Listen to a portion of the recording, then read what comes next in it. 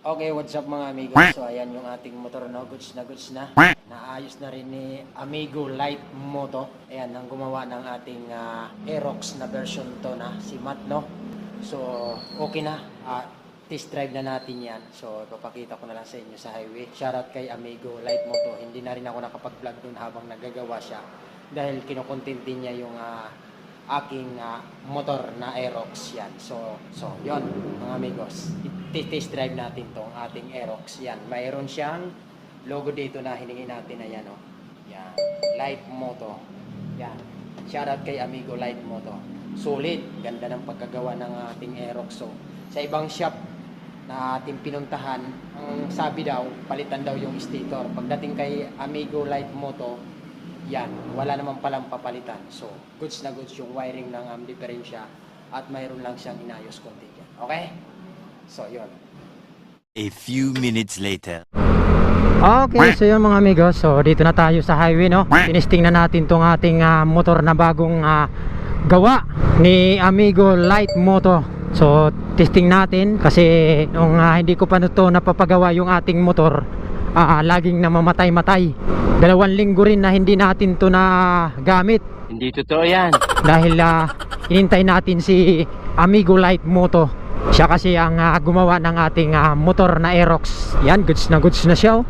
Diba? Napakaganda. Smooth na rin manakbo. Yung dati kong pinagawaan, okay naman. Yung PMS, okay naman. Goods na mo goods. Yun nga lang, pagbalik ko doon sa kanila, tinanong ko kung bakit laging lumalabas yung ano ba yun? Check engine pala. Ang sabi sa akin, i-check daw niya. Baka daw dun sa may bandang stator. Ngayon, chinik naman niya. Ang sabi pa naman sa akin, stator daw ang sira. Naku po, patay tayo. Aray ko! So ako naman, di ako naniwala na stator talaga ang sira. Dahil nga, tumatakbo pa naman eh. Pag stator na ang sira, ibig sabihin nun, hindi natatakbo. Paano masabi? So ang ginawa ko, pinabalik ko uli. Pinakabit ko uli yung mga bearings kasi nabaklas na niya eh. Ngayon, isip ko na maghanap na lang ng ibang mga mekaniko na gagawa talaga ng aking motor, no. Habang nag-scroll ako, sabi ko kasi sa isip ko maghanap ako ng mga shop na trusted. Ngayon, nag-scroll ako ng aking cellphone. Nagkataon na lumabas yung page ni Amigo Light Moto. Ang ginawa ko, at tiningnan ko na nagre-repair nga siya, nagwa-wiring nga siya, no. So saktong-sakto lang talaga na marunong siya mag-wiring dahil nga diferensya dito talaga ng ating motor ay yung wiring. Saka lagi nagche-check edge. Ang ginawa ko, nag-comment ako sa isang video niya, sa isang vlog niya. Sabi ko doon na nag-home service ka ba, Amigo Light Moto?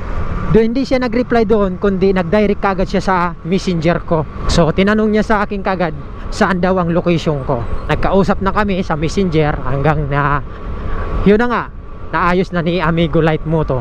So yun, sa mga gustong magpagawa, mga Aerox, EDB, kahit ano pang motor yan, i-call nyo lang si Amigo Light Moto. Yan, mayroon naman siyang page dyan.